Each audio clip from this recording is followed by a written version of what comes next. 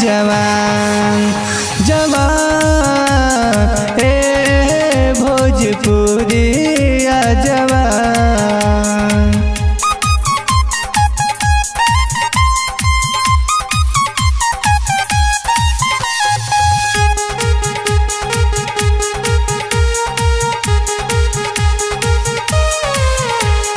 सत्य से अपन कस के कमरिया धार्मिका के झिलम लेला। सत्य से अपन कस के कमरिया धार्मिका के झिलम लेला। कबहू छू न सकेला जीवन में, कबहू छू न सकेला जीवन में, कबहू छू न सकेला जीवन में तोहरा के शैतान ए भोजपुरी जवान जवान ए भोजपुरी जवान।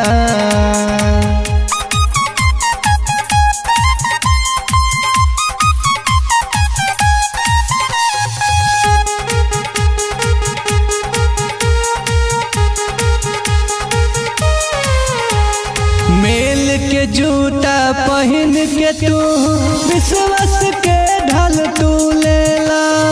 मेल के जूता पहन के तू विश्वास के ढाल तू लेला। सुन जीवित वचन प्रभु के,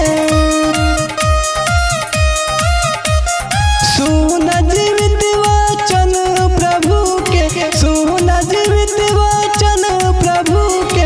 खोला अपन कान ए भोजपुरी जवान जवान ए भोजपुरी जवान।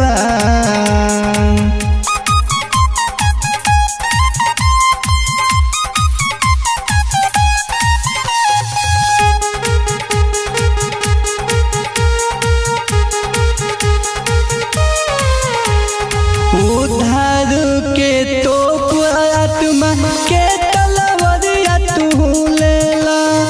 उद्धार के तोप आत्मा के तलवरिया तू लेला। छाप मसीह के लग जाई जीवन, छाप मसीह के लग जाई जीवन, छाप मसीह के लग जाई जीवन।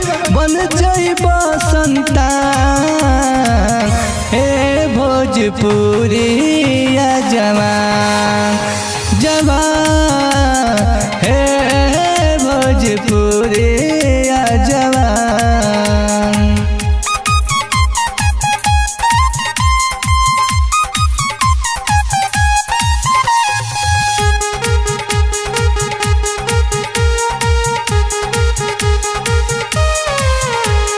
आत्मा में तू प्रार्थना कर पवित्र आत्मा के लेला।